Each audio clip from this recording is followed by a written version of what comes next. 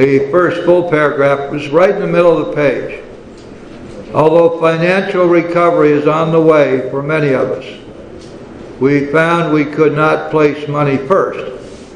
For us, material well-being always followed spiritual progress. It never preceded. So that falls directly in line here with what we learned on page 123. In other words, Big Book is consistent all the way through, and here it's telling the family, look guys, first comes spiritual recovery. Remember back in the fourth step, in chapter 5, where the Big Book tells us on page 54 that when the spiritual malady, 64, page 64, when the spiritual malady is overcome, then we straighten out mentally and physically, not before. A lot of human solutionists have pumped us full of the idea that somehow or another we have to get well physically and mentally before we can expect to get well spiritually. They got it backwards. Absolutely backwards. The moment that we ignore our spiritual recovery and concentrate on mental and physical recovery, we are ignoring the one thing that's going to save our butts. Because our problem is not that we have physical and mental problems. Our problem is that we're spiritually bankrupt. Our problem is that we do not have a higher power standing between us and the booze.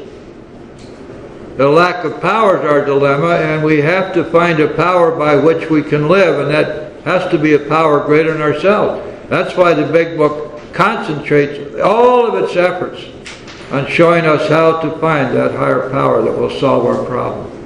That's what it's all about. And so the family that emphasizes financial recovery is on the wrong track. And the Big Book here is trying to teach them that.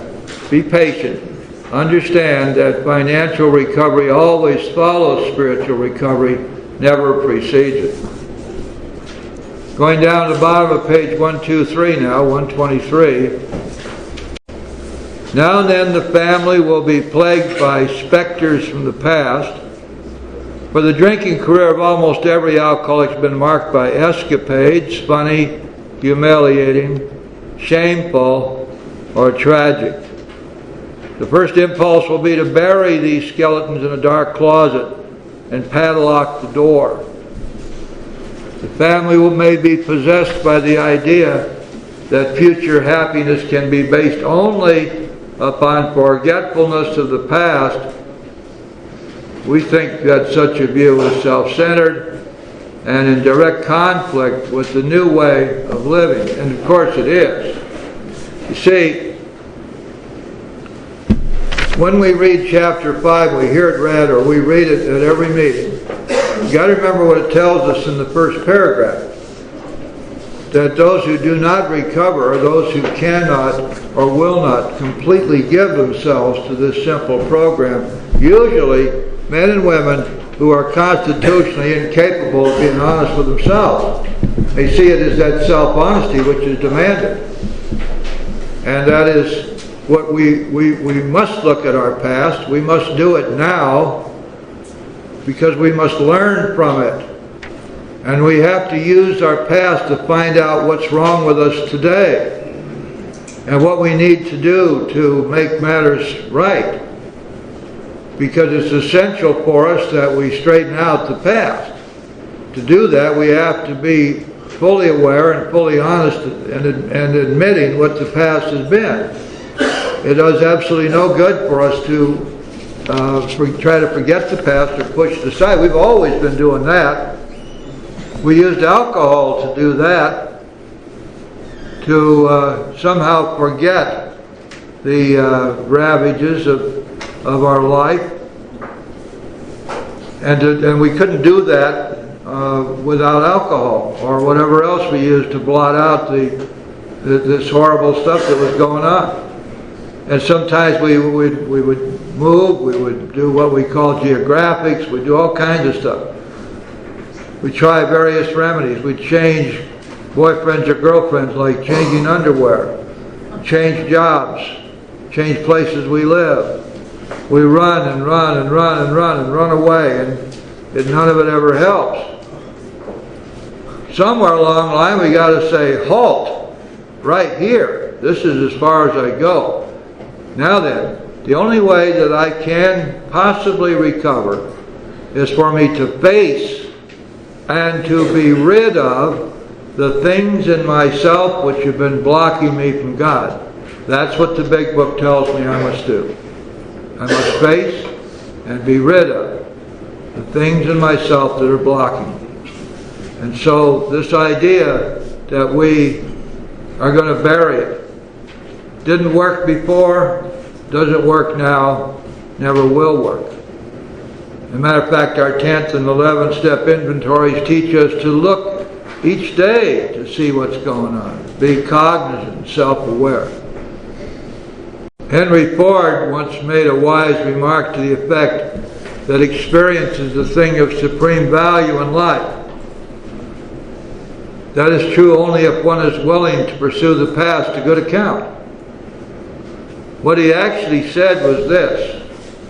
He said, when I hear it, I'm interested. When I see it, I believe it. When I experience it, I understand it. And it is through the experiencing that we come to understand. Where do you think we get the phrase, God of our understanding? God as I understand it. That's God I experience. The God I experience. In our 10th step, it tells us we are to grow in understanding and effectiveness. Meaning, of course, that we are to continue to experience. And we do that by taking one leap of faith after another. And we do not ignore the lessons of the past. We do not ignore them, we learn from them. It all comes down to a most simple equation. We stop doing the things which didn't work. And we find out what those were by taking inventory. We stop doing what didn't work. And then we start doing what will work. And when we start doing what will work, our whole life changes. So we do not ignore the past, we learn from it. So that we grow, this is true only if one is willing to turn the past to good account. We grow by our willingness to face and rectify errors and convert them into assets. The alcoholic's past thus becomes, listen to this, the principal asset of the family, and frequently it is the only one. Also, there's another thing that we know, and that our principal asset in working with other people is not how wonderful we are today, but because we do have a past. There are all kinds of people out there who can preach the good sermon, who can mouth all the platitudes, who can even talk about the 12 steps. But they have never experienced in their past what the alcoholic in front of them has experienced. See, that's why we can help when no one else can. Because we can gain their confidence. Because we have been there before them. Because we have bona fides. Because we are believable.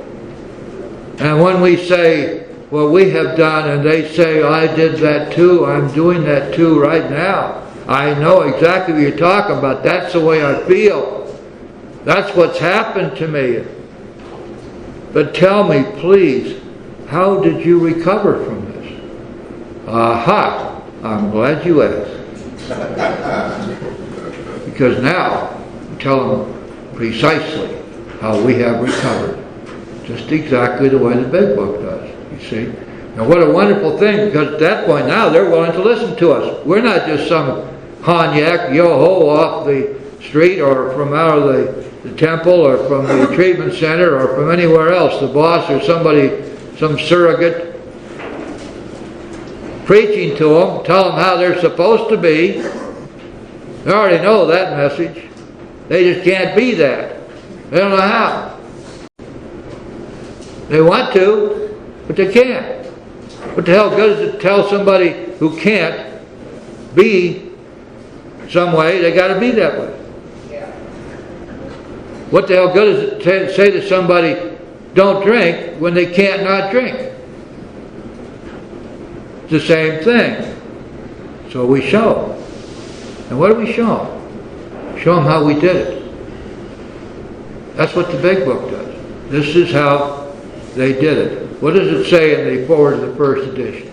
To show other alcoholics precisely how we have recovered is the main purpose of this volume.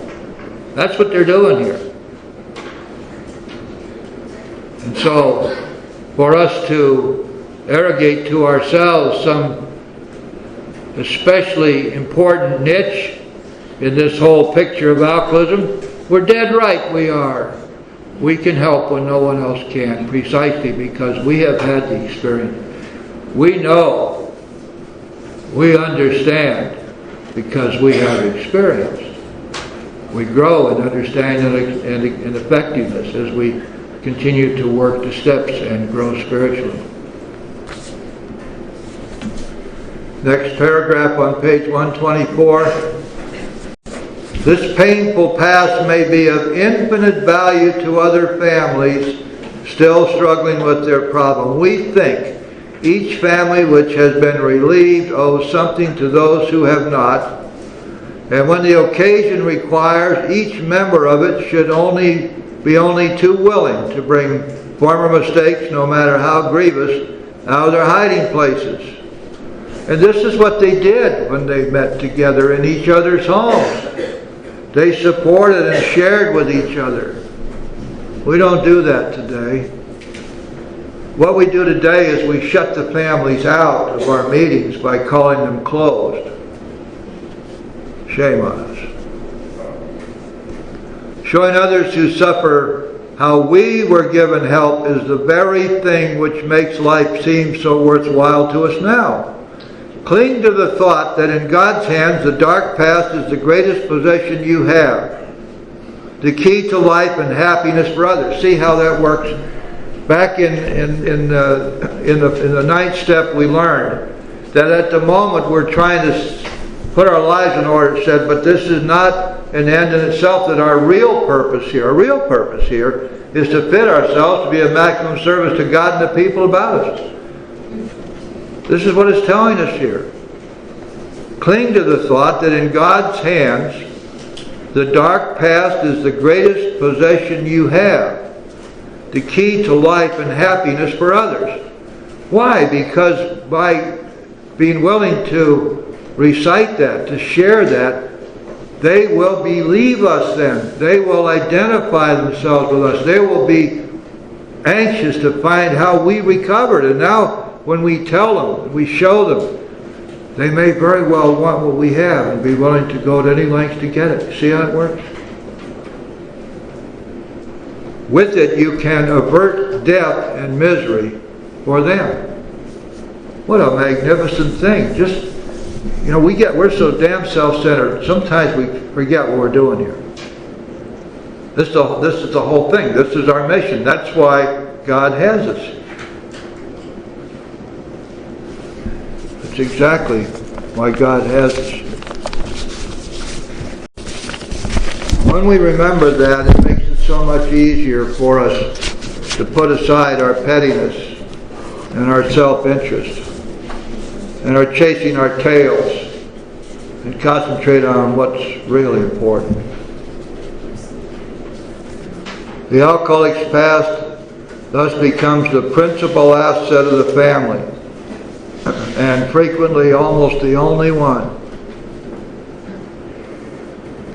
This painful past may be of infinite value to other families still struggling. And then going on down on page 124, it is possible to dig up past misdeeds so they become a blight a veritable plague. For example, we know of situations when the alcoholic or his wife have had love affairs. In the first flush of spiritual experience, they forgave each other and drew closer together. The miracle of reconciliation was at hand. Then under one provocation or another, the grieved one would unearth the old affair and angrily cast its ashes about. A few of us have had these growing pains, and they've hurt a great deal. I guess it didn't happen to Bill because in his story he says there was no actual, what was that word he used? Infidelity. No actual infidelity. Kind of like Bill Clinton, maybe. I don't know.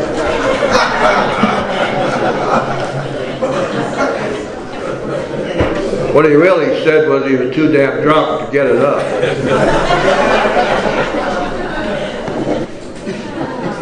Okay? We don't take ourselves too damn seriously around here, do we?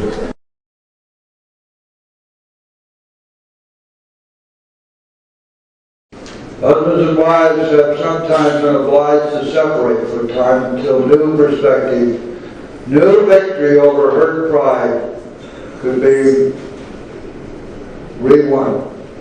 In most cases, the alcoholic survived this ordeal without relapse, but not always.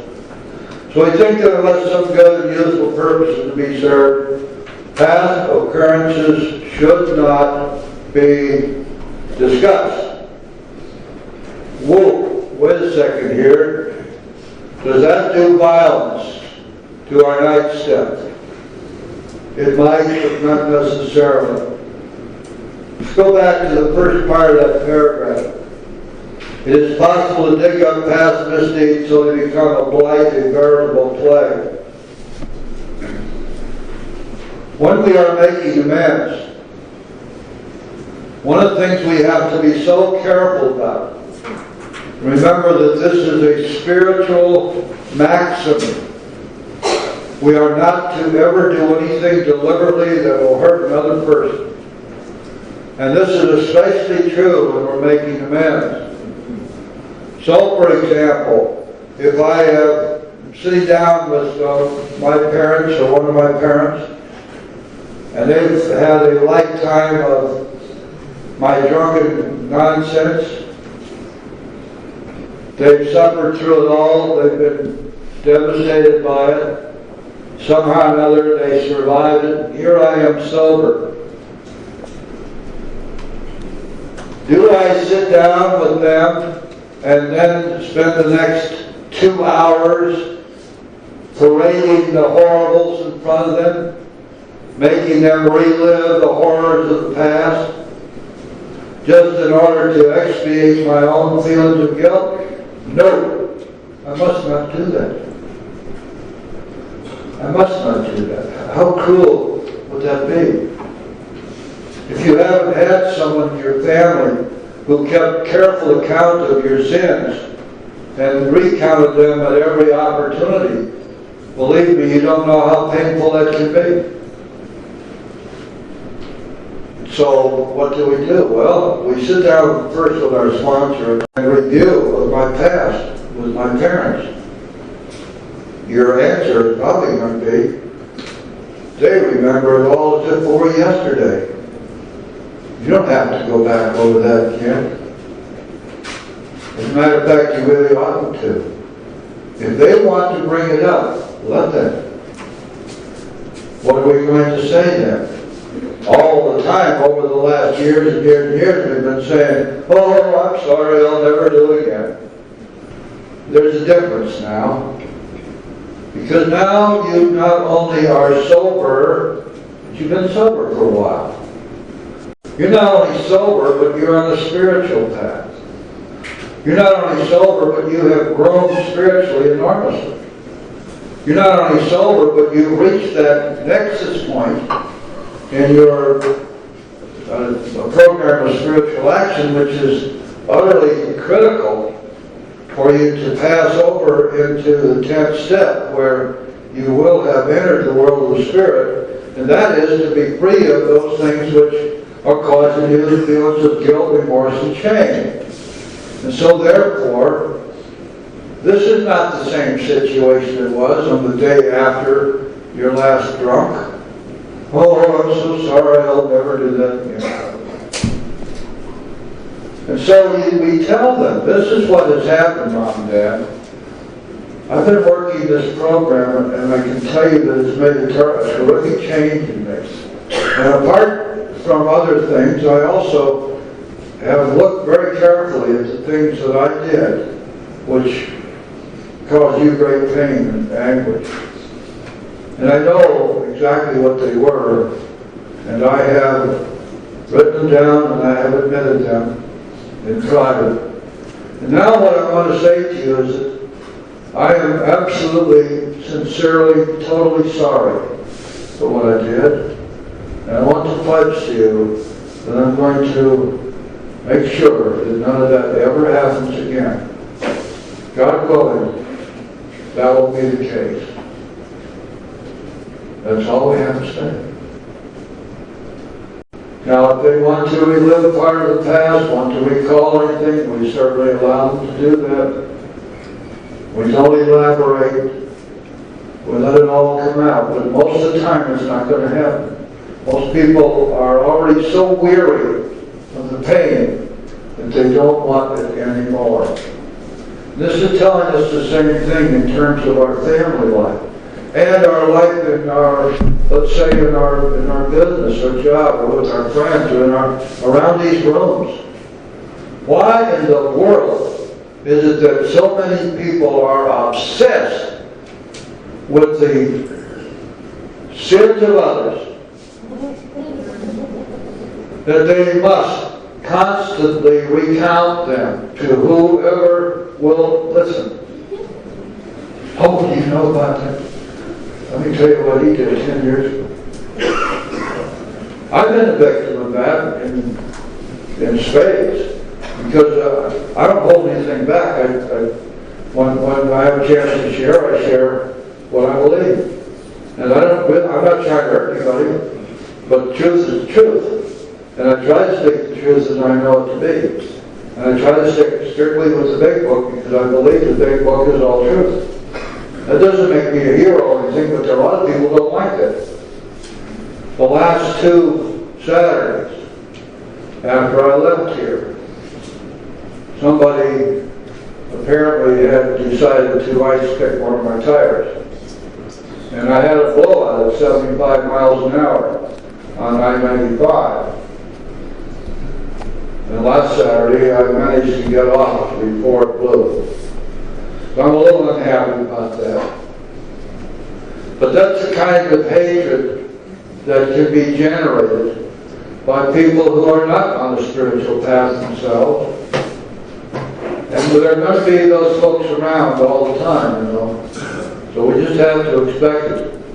I don't expect to have a blowout on I-95, don't get me wrong. That is a bit extreme, I think. But if you speak the truth, and if you share from the Big Book, you will be criticized. You will be mocked. And you may find that there are people who will not forget that. As long as they're around, which usually isn't very long, they'll continue to talk about it. You can't worry about it.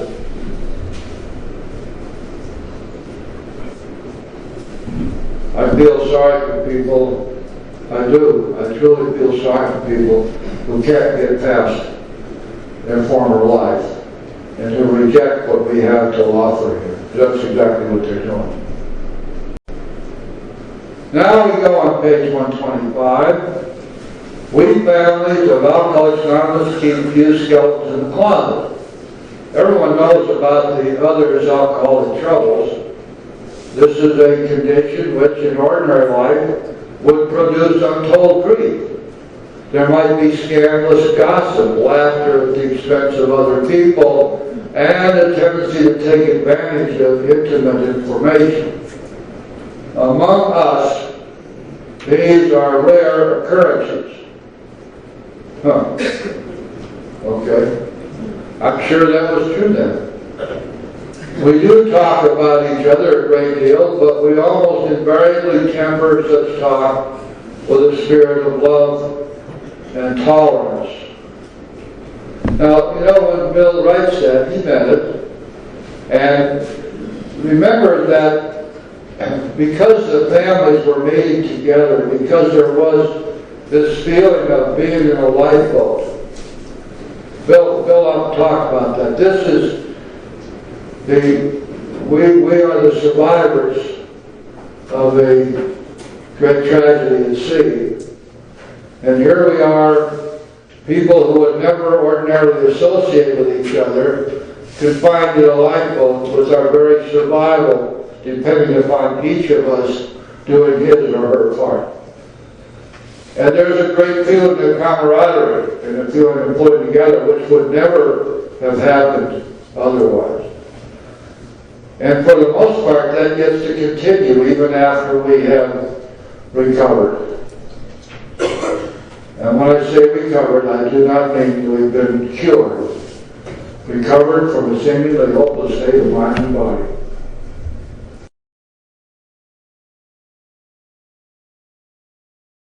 Another principle we observe carefully is that we do not relate intimate experience with another person unless we are sure he would approve. This is task number one. Absolute secrecy and privacy and confidentiality. Otherwise, how can we ever get down to the rock bottom? How can we ever expect anybody to do what the Big Book requires of us? That we explore every dark cranny of the past. Every dark cranny. Because we have to. We got to get it out. We have to articulate these things. This is not something which is just made up for the purpose of the Big Book. This is a principle of spiritual growth and development that goes all the way back as far as we can trace the religions and religious societies and ecclesiastical thinking and philosophical thinking. There is something absolutely incredible about those times when we face another human being honestly recounting every dark cranny of the past, every twist of character. But this is only going to happen if we have the utmost confidence that what we are revealing goes no further under any circumstances. And that's the sine qua non. That's the bottom line. And if you're not prepared for that, then tell the person who asked you to sponsor them that you can't do it. Because you're not prepared to keep absolutely inviolate all the things that you learn about them. And never reveal any of them without their permission. We find it better when possible to stick to our own stories. A man may criticize or laugh at himself and it will affect others favorably. But criticism or ridicule coming from another often produces the contrary effect. Well, sure it does. A lot of people know me real well. I never go up to somebody who hasn't asked for help to tell them what they ought to do. Oh, well, now in a meeting like this, maybe I might do that once in a while, but not on a personal basis. A man may criticize or laugh at himself and it will affect others favorably. But criticism or ridicule coming from another often produce the contrary effect. Members of a family should watch such matters carefully. For one careless, inconsiderate remark has been known to raise the very devil. We alcoholics are sensitive people. It takes some of us a long time to outgrow that serious handicap. And amen to that. And you know, families have this a dynamic going that doesn't exist outside the family. There's almost always a hypersensitivity to each other. There's a long history usually. And a lot of stuff, a lot of water has gone under the bridge. And it's extremely important in the family to take cognizance of of behavior that is going to be kind and loving, soft-spoken. That's the kind of behavior that really works. Many alcoholics are enthusiasts They run to extremes. At the beginning of recovery, a man will take, as a rule, one of two directions. He may either plunge into a frantic attempt to get on his feet in business, or he may be so enthralled by his new life that he talks or thinks of little else. In either case, certain family problems will arise.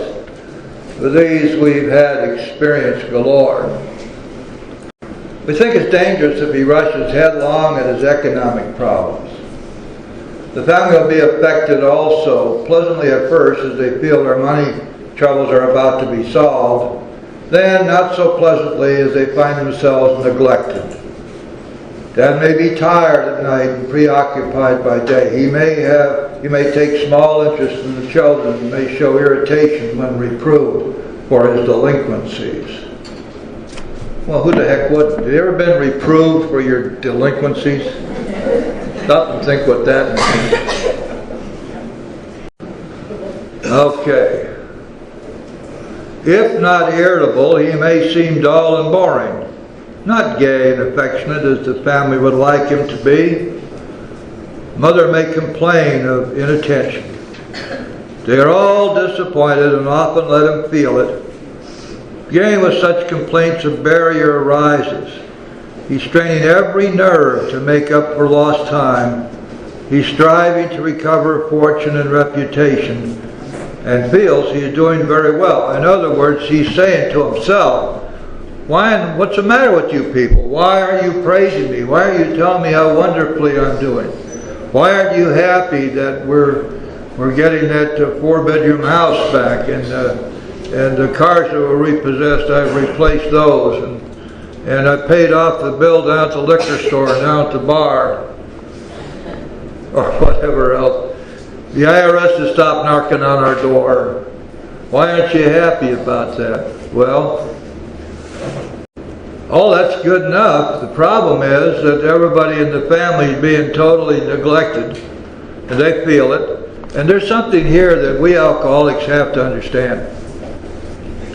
The family is very likely to feel they put up with a ton of crap from us, that they stood by us, that they have been wonderful in their own way, and they have. For a lot of us, it meant the difference between life and death. The fact that we continue to have their support no matter what kind of rotten creeps we turned out to be. But they hung with us. And they feel, probably justifiably, that they deserve some credit for that. They deserve some attention. They deserve our undivided attention. Can you imagine let's think back to when this thing got started. Because there's a moment in history where everything turned on the decision of one woman. You remember what that is? When Bill Wilson came out of the hospital for the last time, and he was sober, and he had the inspiration, and his friend Ebby had said, Bill, faith without works is dead.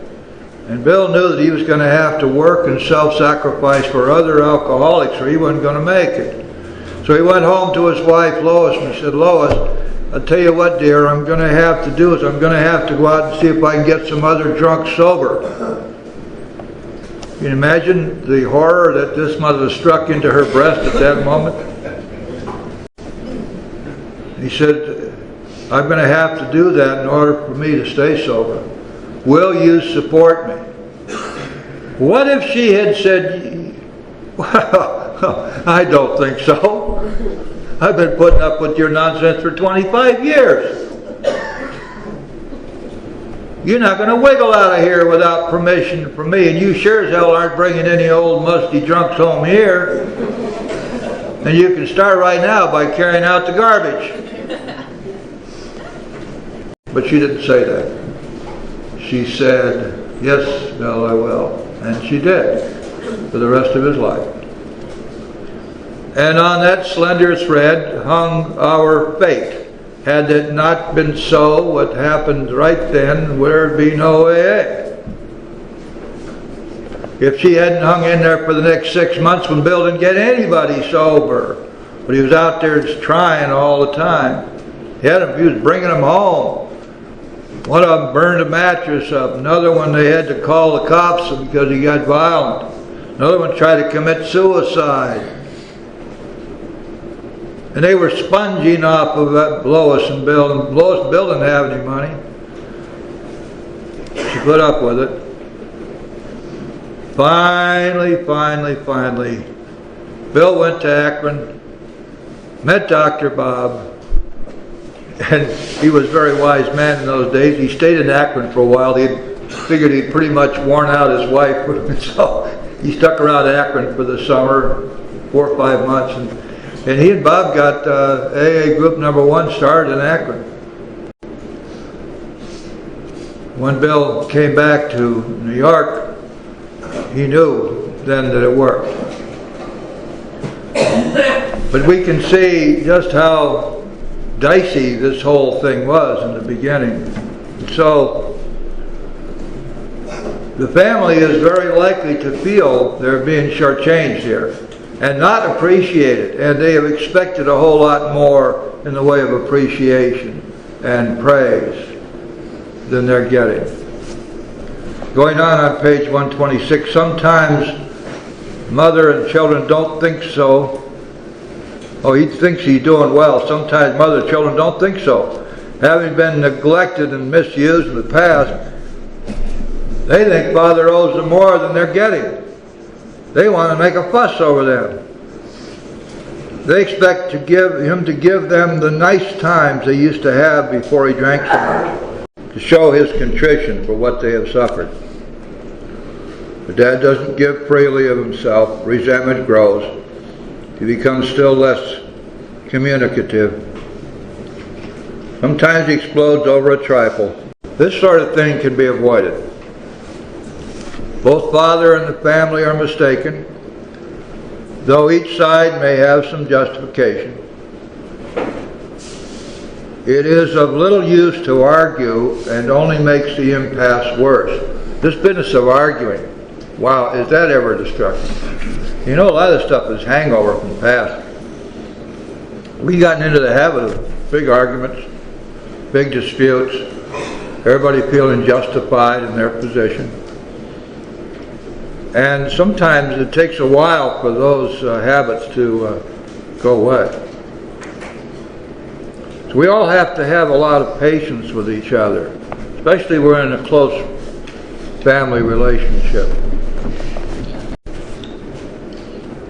The family must realize that Dad, though marvelously improved, is still convalescing. They should be thankful he's sober and able to be of this world once more. Let them praise his progress. Let them remember that his drinking wrought all kinds of damage that may take long to repair. If they sense these things, they will not take so seriously his periods of crankiness, depression, or apathy, which will disappear when there is tolerance, love, and spiritual understanding. That sounds like some kind of a bloody sermon you'd hear on Sunday, but you know it's the truth. Not only do people in our milieu, our surroundings, our families and so forth, respond to the way we act, but we will respond to the way they treat us. And it's pretty automatic, you know, we don't have to think about it, it's just the way it is. It's really important for the family to realize that the alcoholic is recovering from an extraordinarily serious illness. And that for some, this is a pretty long, drawn-out process. Not for everybody. Some get it a lot quicker than others. But everybody eventually gets it if they stay with it. So it requires of us that we be patient. It requires of us that we remember that there is a long period of reconstruction ahead in our families. How many times has the family heard us say, "I'll never drink again. I'm so sorry. I've quit for good. Please forgive me." And at the moment that we said that, we probably meant it. Only in a few days or a few weeks, we're back at it again. After this is repeated over and over again, the family finally gets to a point where they're pretty suspicious. They pretty much begin to lose most of the hope they have that we'll ever actually get well. And, you know, even though we're in recovery and we're working our steps and we're showing great improvement, you better believe they're waiting for the other shoe to fall. It's just natural. It's the way it is. And so, it's going to take a long time. And when we think in terms of our night step amends, guys, we have to remember that our amends to family may take the rest of our lives. It's not proper for us to sit them down and make them relive the horrors of the past, parade the horribles. What we have to remember is that making amends to our family is a process of our staying sober, growing spiritually, and being the good father, wife, mother, husband, child that we can be. And gradually, they'll come to trust us again. They'll get over the horrible feeling that this is just another one of those times between bouts of drinking. They'll come to realize that we really are doing something positive and it's working. Now, one of the things that really helps is if your family comes to meetings, they're going to see that people can stay sober, do stay sober for long periods of time, for a lifetime. And that you are no different from everybody else in that room. You have exactly the same program, exactly the same chance for a lifetime of recovery as everybody else, if you are willing to accept the program and accept a spiritual way of life. Because that's the truth. If somebody comes here and I can point out 15 or 20 people in this room right now with more than 10 years of solid sobriety, some with more than 20, some with more than 30. This is not some kind of a will-o'-the-wisp thing that's just floating around the edges of society. This is solid stuff. And we do have long-term sobriety, and the family members have that right at their fingertips. They too can have it if they wish. A good part of that. And this is an interesting paragraph at the top of the page, because it postulates a situation which doesn't happen very often, but does happen once in a while. And of course it mirrors what Bill's own experience was. Remember Bill, while he was still in the hospital for that last time, had a bright light, burning bush epiphany, a very powerful spiritual experience, which stayed with him the rest of his life. And so Bill is looking at the people who are surrounding him now in AA, and he's seeing a few who have had this kind of experience, and he remembers how he was, because it gave him this great confidence that he was on the right track and that he knew what needed to be done. It was the kind of thing that could lead very easily to spiritual arrogance. And when Bill first started out trying to get people sober, that's exactly the way he was acting, spiritually arrogant. Assume, on the other hand, that Father has, at the outset, a stirring spiritual experience. Overnight, as it were, he's a different man. He becomes a religious enthusiast. He's unable to focus on anything else.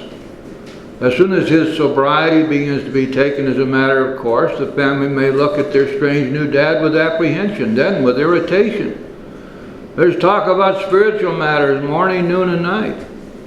He may demand that the family find God in a hurry, or exhibit amazing indifference to them and say he's above worldly considerations. Kind of like that guy who's got a new Mercedes. You ever heard that radio commercial? All he wants to do is talk about his Mercedes.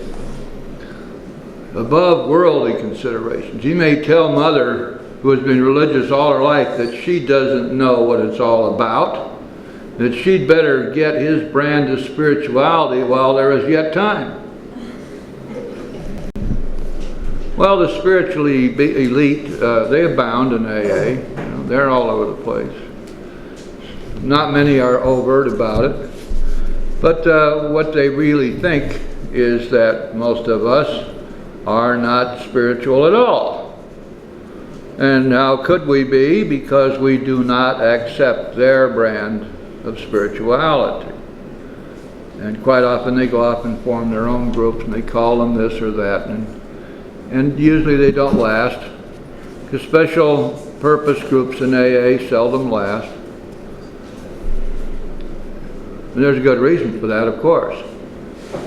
The Big Book tells us right in the beginning that the world of spirit is broad and roomy and all-inclusive. And it's open to all people. Never exclusive, never forbidding, open to all. In any event, that's the position that AA has taken, and it's proven to be right, and it is probably one of the most important positions we ever took, because with that, we have left the doors open for literally everybody. There are no exceptions. Nobody is ever excluded, except in our little special purpose meetings. And those, my opinion only, I can't prove it, but I'm convinced that they go directly against the Big Book and against God's plan for us. When Father takes this tack, the family may react unfavorably. They may be jealous of a God who has stolen Dad's affections. While grateful that he drinks no more, they may not like the idea that God has accomplished a miracle where they failed. They often forget Father was beyond human aid. They may not see why their love and devotion did not straighten him out.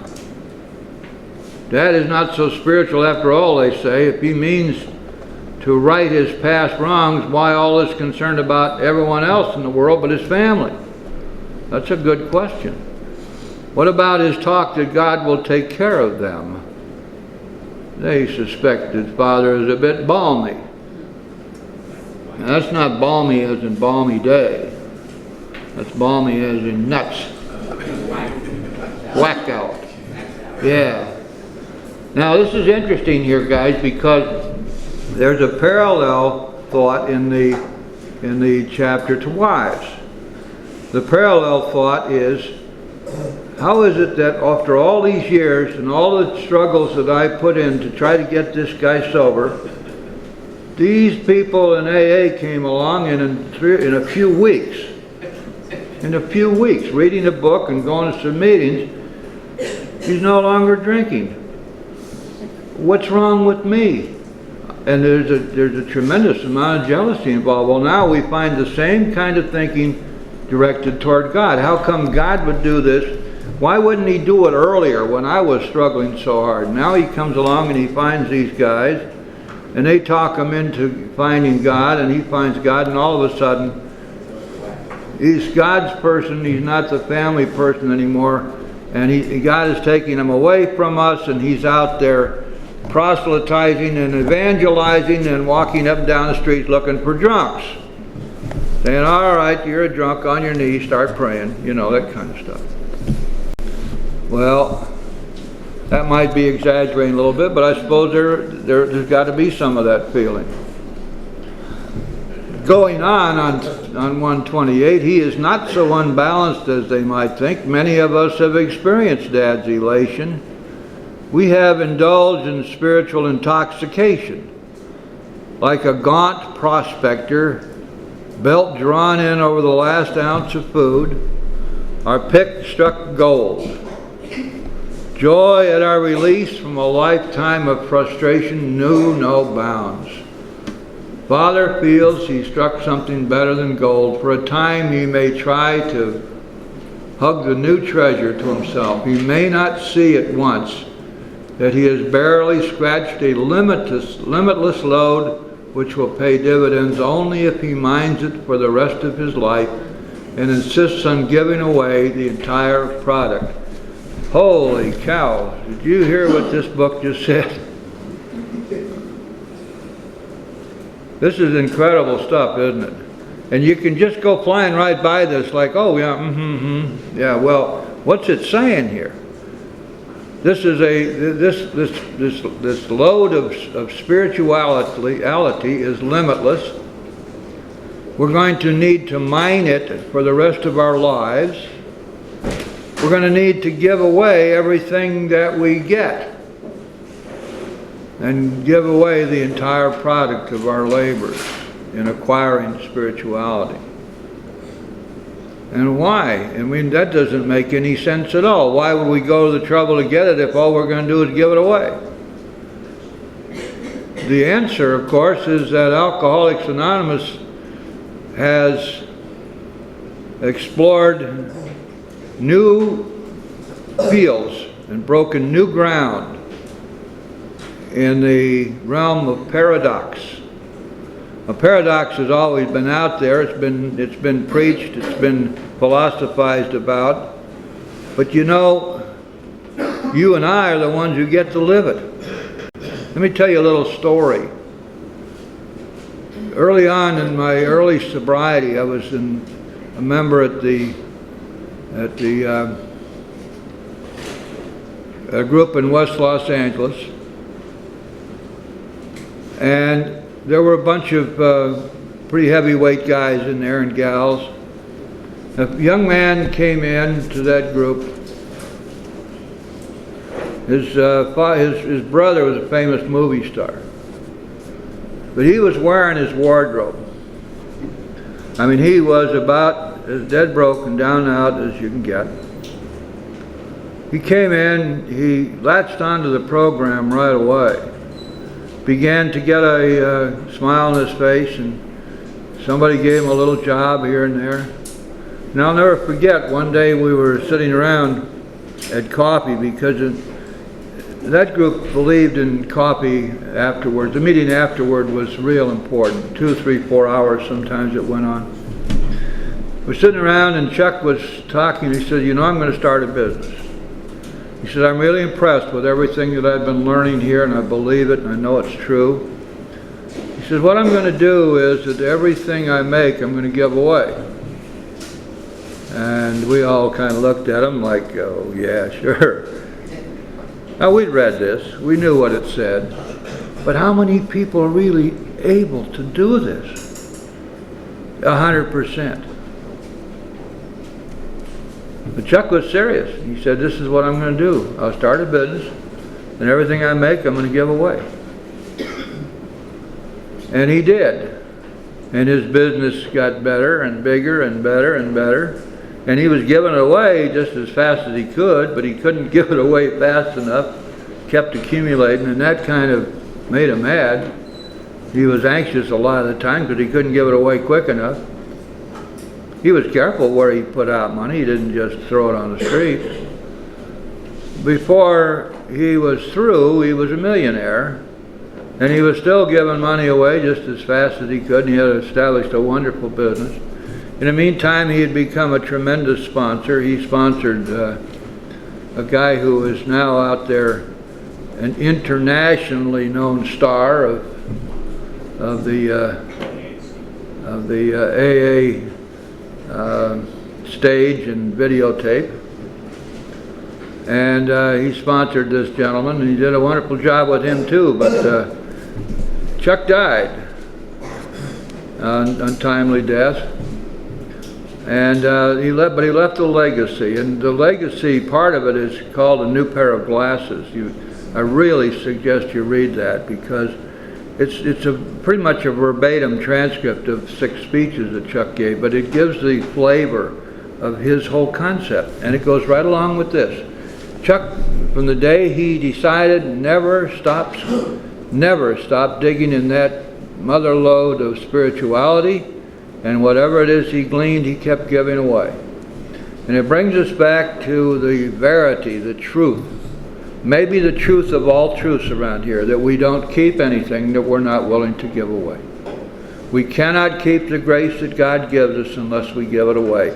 And anybody who thinks that that's just an old wives' tale or something that it's kind of cutesy pie to say, I feel sorry for you, because I'm telling you that it is the absolute truth. And when the big book and Bill's story tells us that if we fail to enlarge and perfect our spiritual life through work and self-sacrifice for others, we won't survive. It's right. Some survive for a long time living in self and selfishness and self-will. Others only for a few days. You never know.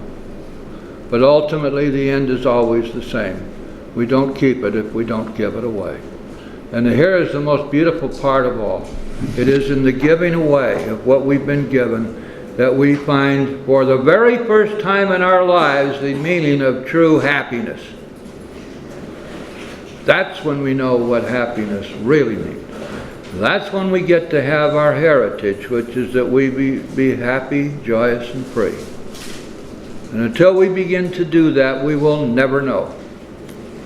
We'll never know what real happiness is all about. Everything that we've been taught by people who are lying to us and didn't know it. They were telling us what they've been taught, what they truly believe to be so. We were taught that happiness and security was a product of what? Of education, of a career, of learning how to deal with and manipulate and capture people and get them to do what you want to do, of making money, of acquiring things, all of the trappings of power and of success. And we've come to measure our lifetime's success and the success of those around us by those standards. Just as we've come to measure the beauty of a woman by how closely she meets the ideal foisted up on us by the fashion industry or the cosmetics industry, when in fact the beauty of the woman hasn't anything at all to do with that. It has to do, everything to do with what comes from within. It's amazing, you know, when you've been around as long as I have, you've known women who couldn't pass the cosmetology test or the fashion test in a million years, and yet we're some of the most beautiful people you ever knew.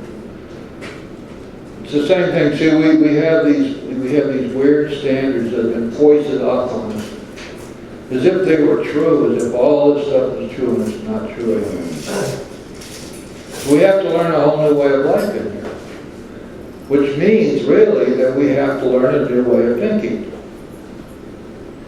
And as Howie would point out, because he's a student of the promises, our whole attitude and outlook upon life will change. Now what don't we understand about the word whole? It means everything. Everything has changed with us.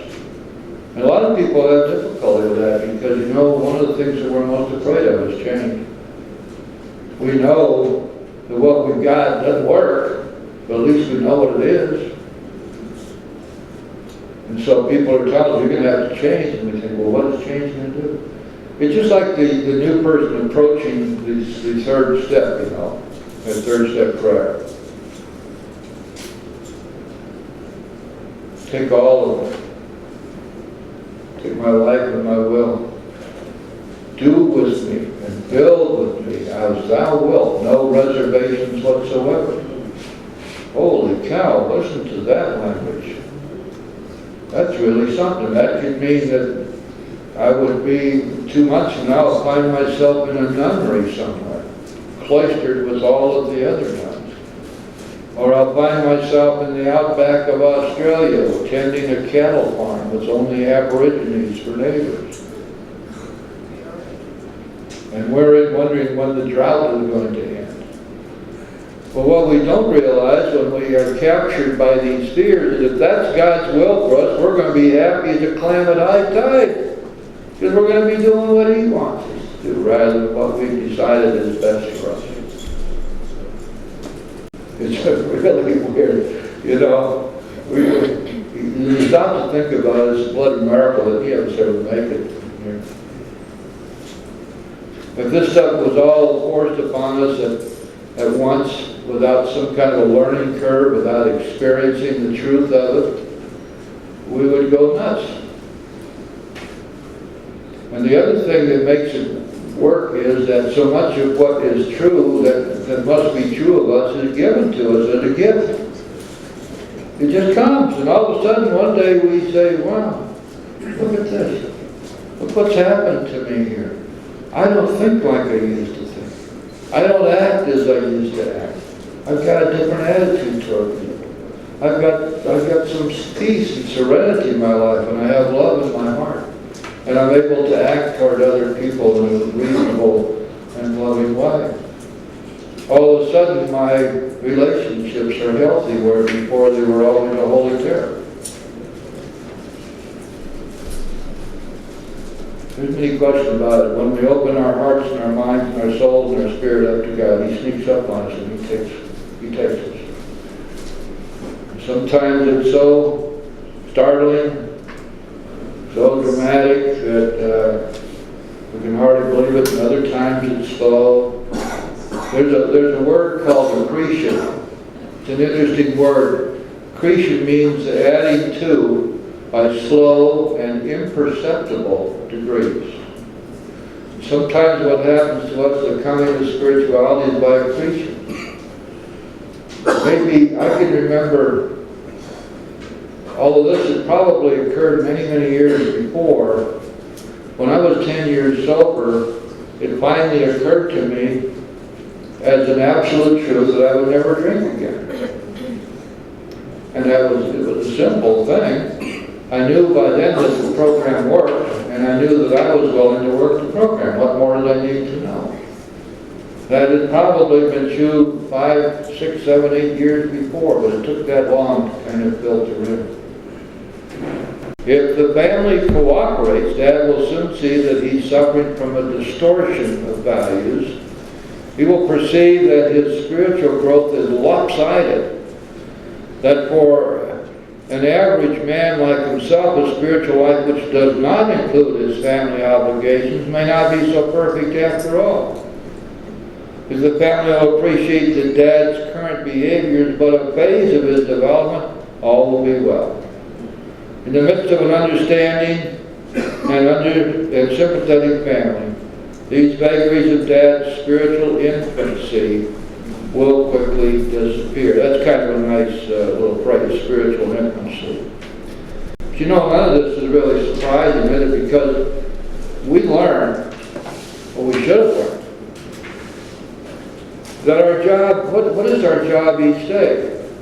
See, if we look at it from the standpoint of what the actions that we must take, then all of this stuff really irons itself out in a hurry.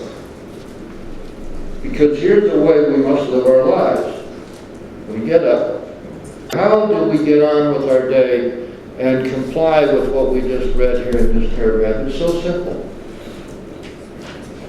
Each day we must do what's in front of us to be done. What's on my plate today? And obviously that's going to include family responsibilities. I've made commitments to other people. I must live up to those commitments. I have commitments